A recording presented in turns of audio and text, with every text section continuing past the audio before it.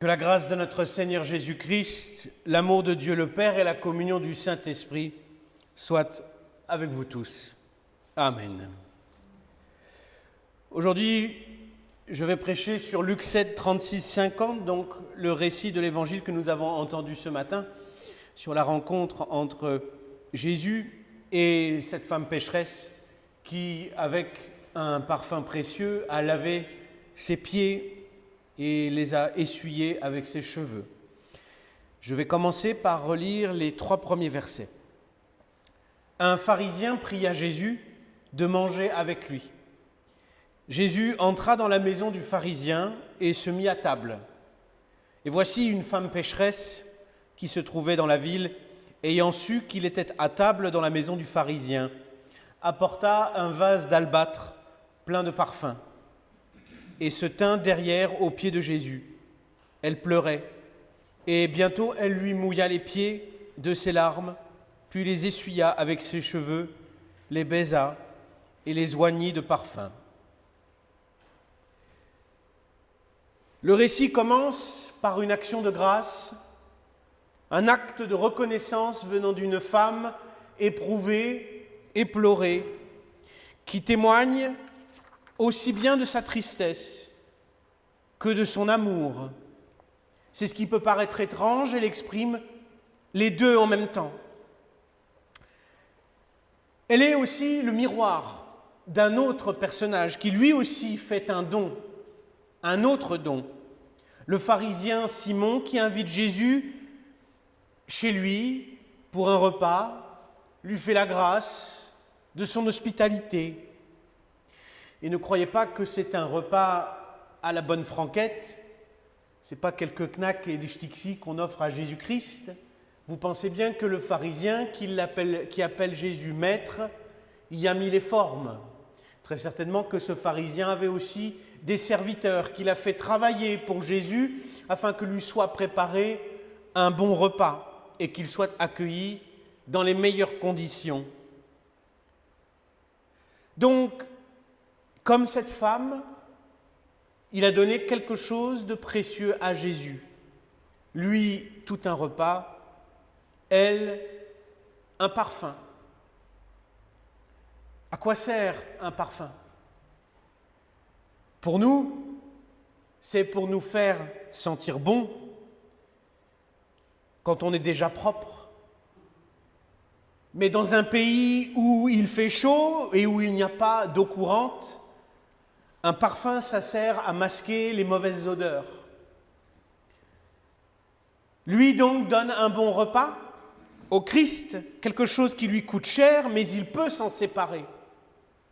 Il aura toujours de l'argent pour racheter de quoi préparer un autre repas.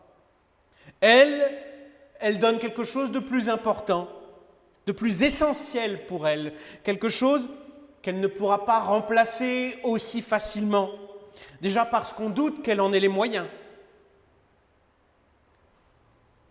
Ce quelque chose dont elle va se sacrifier, c'est ce qui couvre la souillure sur elle, ou du moins l'odeur de cette souillure. Symboliquement, devant Jésus, devant Dieu, elle se met à nu.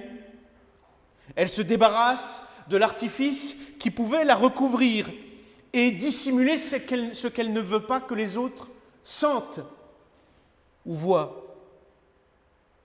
Le pharisien reste habillé, propre.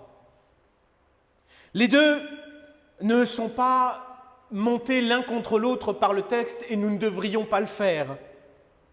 On ne devrait pas se dire « Oh, regardez cette femme comme elle est incroyable et ce pharisien, quel sale type !» Parce que le texte nous rappelle que cette femme est pécheresse. Donc, a priori, elle n'est pas meilleure que le pharisien.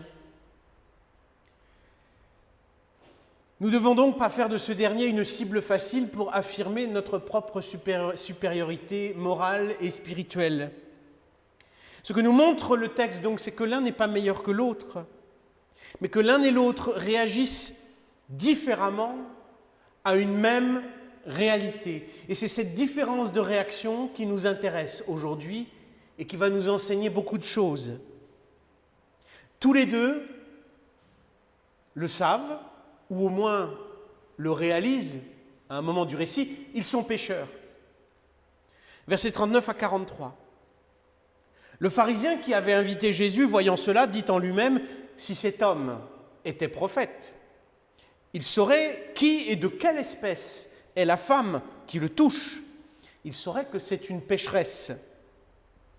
Jésus prit la parole et lui dit, « Simon, j'ai quelque chose à te dire. » « Maître, parle, répondit-il. Un créancier avait 2 débiteurs. L'un devait 500 deniers et l'autre 50. Comme il n'avait pas de quoi payer, il leur remit à tous 2 leur dette. Lequel l'aimera le plus ? Simon répondit, « Celui, je pense, auquel il a le plus remis. » Jésus lui dit, « Tu as bien jugé. »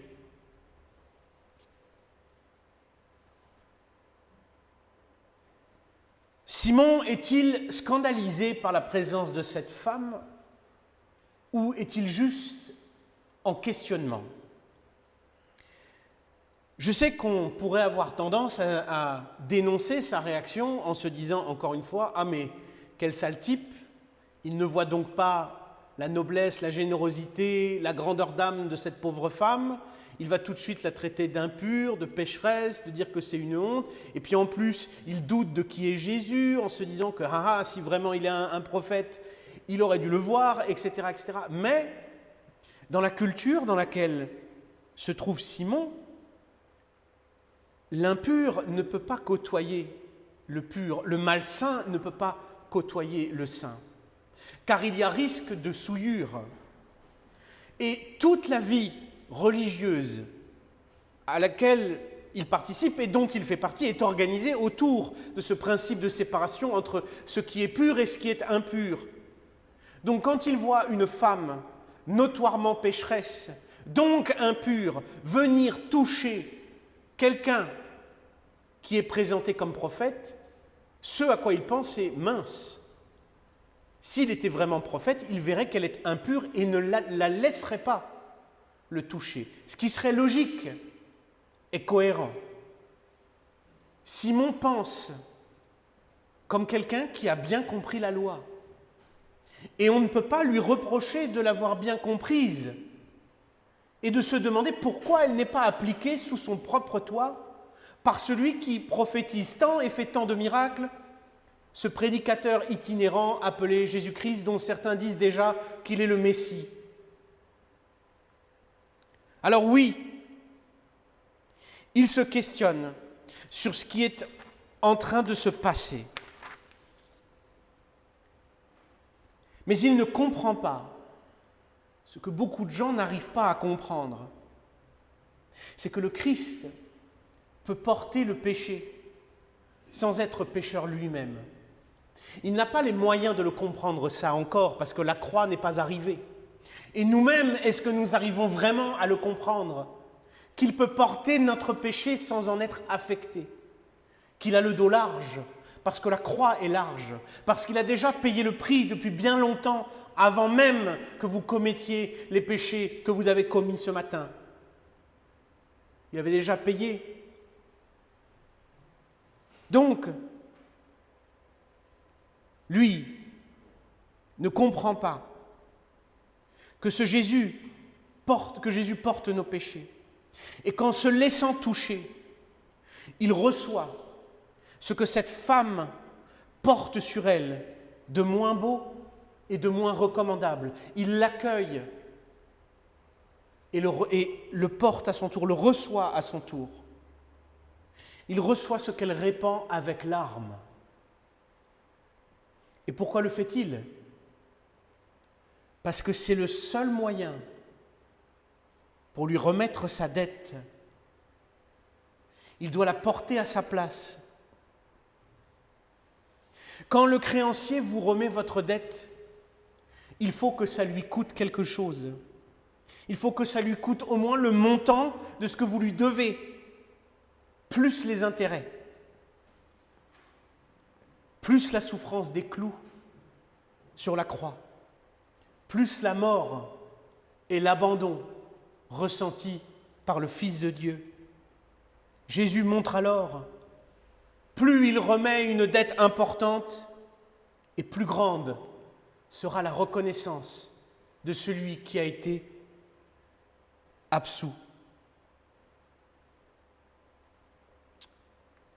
Parce que plus la dette est importante, plus la perte pour Jésus sera grande et plus il souffrira. Versets 44 à 46. Puis, se tournant vers la femme, Jésus dit à Simon, « Vois-tu cette femme ? Je suis entré dans ta maison et tu ne m'as pas donné d'eau pour laver mes pieds. Mais elle les a mouillés de ses larmes et les a essuyés avec ses cheveux. Tu ne m'as pas donné de baiser, mais elle, depuis que je suis entré, elle n'a pas cessé de me baiser les pieds.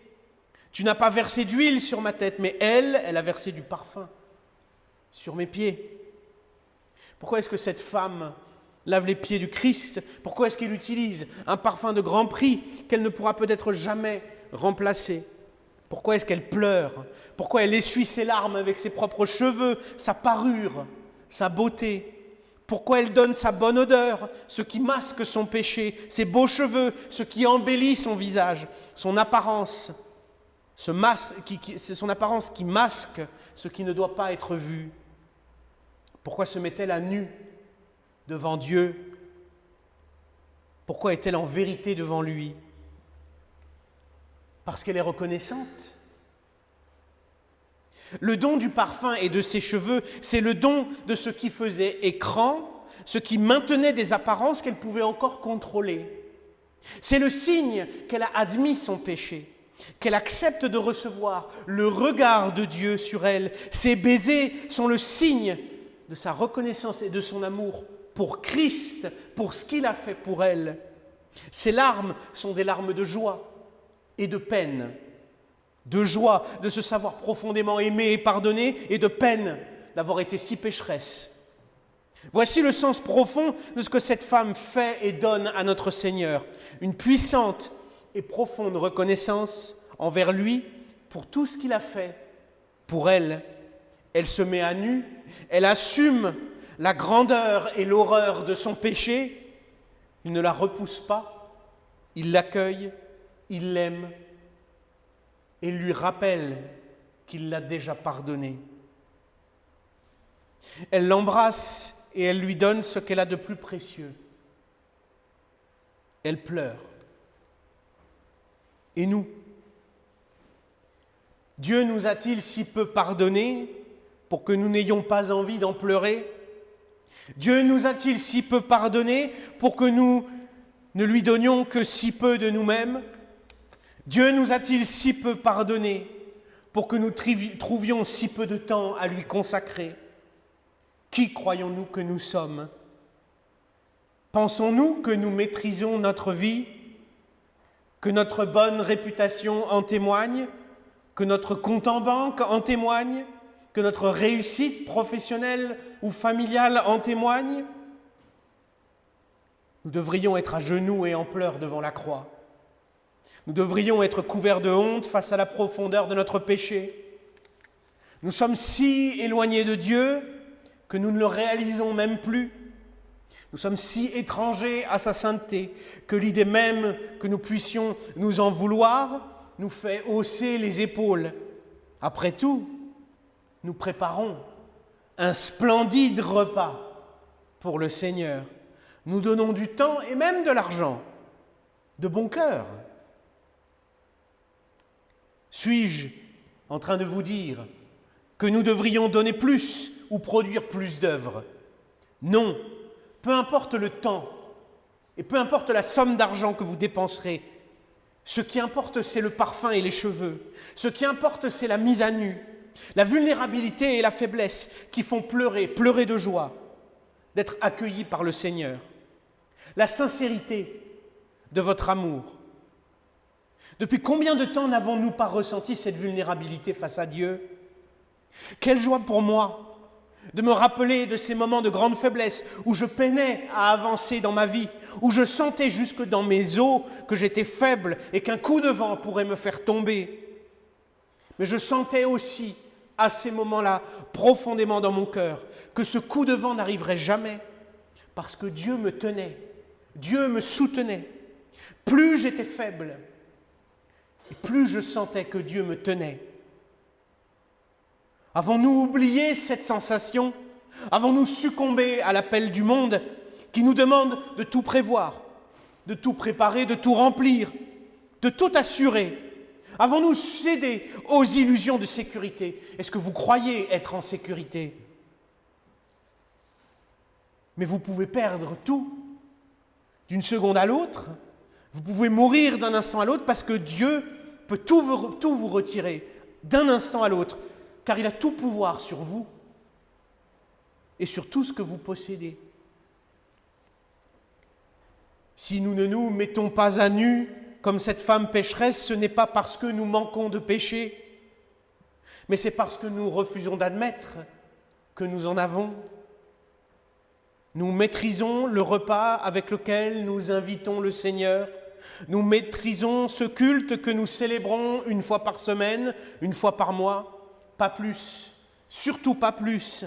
Pas besoin d'études bibliques, ni de vêpres, ni de lecture, ni d'études, ni de méditation de la Bible. Pas besoin de quoi que ce soit qui témoignerait de notre profonde faiblesse, de notre dépendance envers Dieu. Priez, frères et sœurs. Priez pour avoir plus d'épreuves. Priez pour ressentir plus encore votre vulnérabilité et votre besoin de Dieu. Priez pour que Dieu vous montre votre faiblesse et vous la fasse vivre intensément. Car plus vous fuyez l'épreuve et plus vous vous éloignez de Dieu. Peu importe l'artifice, si vous vous dites que votre vie bien riche et bien ordonnée témoigne que Dieu vous regarde favorablement, vous vous trompez. Ne vous dites pas que vous accomplissez bien votre devoir une fois par semaine ou par mois et que vous êtes irréprochable. Ne vous dites pas que votre vie spirituelle, pleine de louanges et de prières intenses, de délivrance et de miracles, suffit. Si vous faites ça, vous vous trompez comme le pharisien se trompe. Ce que Dieu réclame, ce n'est pas vos œuvres. Ce qu'il veut, c'est votre cœur reconnaissant. Et votre cœur ne sera reconnaissant, vraiment reconnaissant, qu'une fois que vous aurez été mis à nu sous le regard de Dieu, qu'une fois que vous aurez été brisé, parce que vous aurez réalisé la profondeur de votre péché, là se trouve, et uniquement là se trouve la vraie paix. Fuyez votre confort et votre satisfaction de vous-même, ce sont des mensonges de la chair et du diable. La vérité, c'est que vous devriez vous sentir en permanence faible et dépendant de Dieu, en permanence en besoin de sa grâce. Et si jamais le confort vous suffit, si jamais ce besoin de réconfort et de grâce ne vous effleure jamais ou trop peu souvent, c'est que vous manquez d'amour pour votre Dieu et vous manquez de vérité sur vous. Verset 47, c'est pourquoi je te le dis, ses nombreux péchés ont été pardonnés, car elle a beaucoup aimé. Mais à celui à qui on pardonne peu, on aime peu. Celui à qui on pardonne beaucoup, aime beaucoup, et il aime longtemps. Et nous devrions souhaiter aimer le plus longtemps possible notre Seigneur. Nous devrions espérer avoir énormément de péchés à nous faire pardonner. Je sais qu'il y a des empêchements incompressibles, mais le peu de personnes à l'étude biblique, le peu de personnes aux vêpres, le peu de personnes qui viennent tous les dimanches au culte, le peu de personnes qui s'intéressent vraiment au projet de leur Église et s'y investissent, nous fait comprendre ceci. Peu parmi nous ont beaucoup aimé, peu parmi nous ont été beaucoup pardonnés, peu parmi nous réalisent la profondeur de leurs péchés, peu parmi nous comprennent d'à quel point ils reviennent de loin ou combien ils sont actuellement éloignés de Dieu en pensant être près de lui grâce au strict minimum qu'ils font en réponse à son amour. Nous manquons d'amour pour Dieu. Versets 48 à 50, et il dit à la femme, « Tes péchés sont pardonnés. » Ceux qui étaient à la table avec lui se mirent à dire en eux-mêmes, « Qui est celui-ci qui pardonne même les péchés ?» Mais Jésus dit à la femme, « Ta foi t'a sauvée. Va en paix. » Relevez la tête. Relevez la tête comme cette femme. Votre foi vous a sauvé. Allez en paix. Vos péchés sont pardonnés dès l'instant où vous les confessez, dès l'instant où la culpabilité naît dans votre cœur et que vous éprouvez le besoin de vous repentir. Vos péchés vous seront remis. Non en raison de la quantité d'œuvres que vous faites pour le Seigneur, mais parce que vous aimez Dieu. Et cet amour ne peut ni être forcé, ni maquillé, ni imité. Parce que vous aimez donc, vous serez pardonné. Car vous témoignez ainsi que vous croyez en lui et en ce qu'il a fait et peut faire pour vous. Entre le moment où vous vous repentez et le pardon, il n'y a pas de latence, pas d'incertitude, pas d'attente. Il n'y a pas de conditions préalables à remplir, pas de niveau de spiritualité minimale. Il n'y a pas un certain nombre d'œuvres à avoir produites ou autre chose. Il n'y a pas non plus de bonnes connaissances théologiques à avoir. Le pardon n'est pas une affaire de savants. C'est une affaire de pauvres en esprit. C'est-à-dire de cœurs humbles. C'est-à-dire de personnes qui comprennent qu'elles sont pauvres et qui tendent les mains de la foi pour recevoir la richesse du pardon et du salut de Dieu.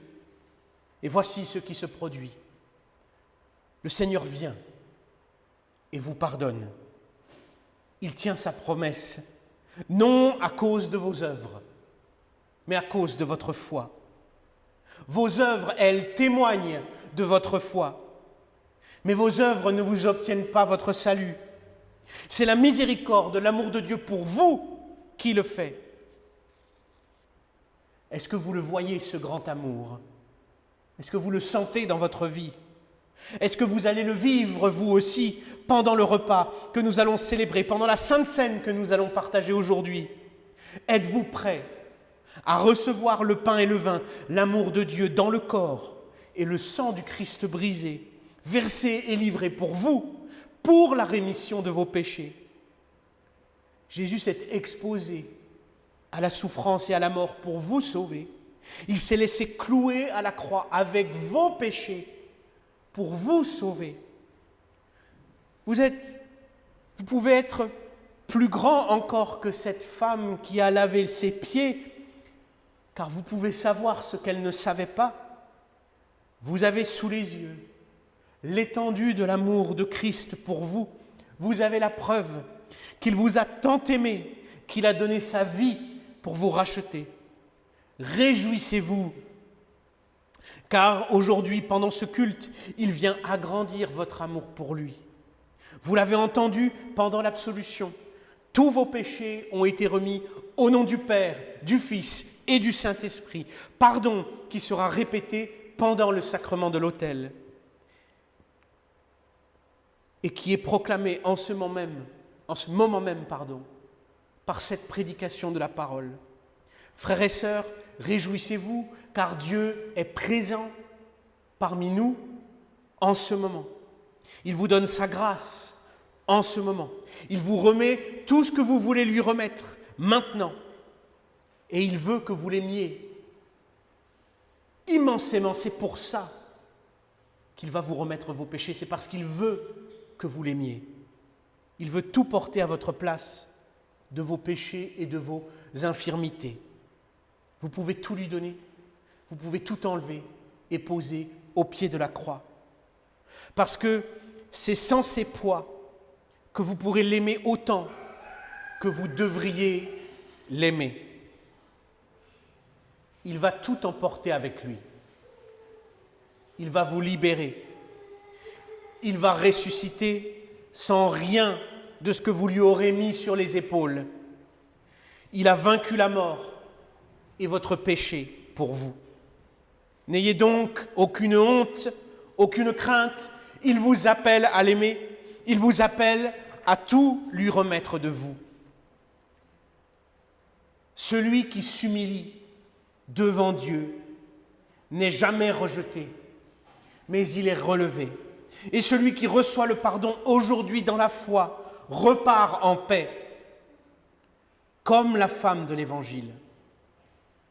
Et c'est là, et seulement là, que vous recevrez la force, que vous recevrez l'amour, qui vous permettra de faire ce que vous n'arrivez pas à faire aujourd'hui.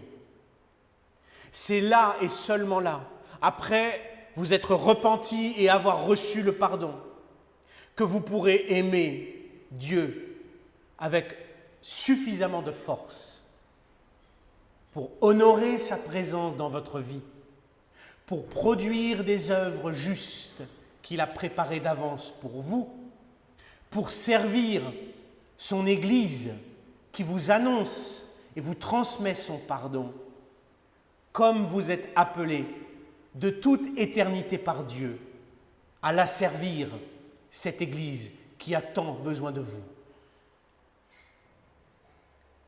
Repentez-vous et croyez en l'Évangile. Repentez-vous et aimez votre Seigneur. Son amour pour vous n'a aucune limite et il vous donnera la paix promise, qui vous donnera la force de faire tout ce à quoi Dieu vous appelle, pour l'amour de votre Seigneur, pour l'amour de votre prochain et pour l'amour de vous-même. Que la paix de Dieu, qui surpasse toute intelligence, garde vos cœurs et vos esprits en Jésus-Christ pour la vie éternelle. Amen.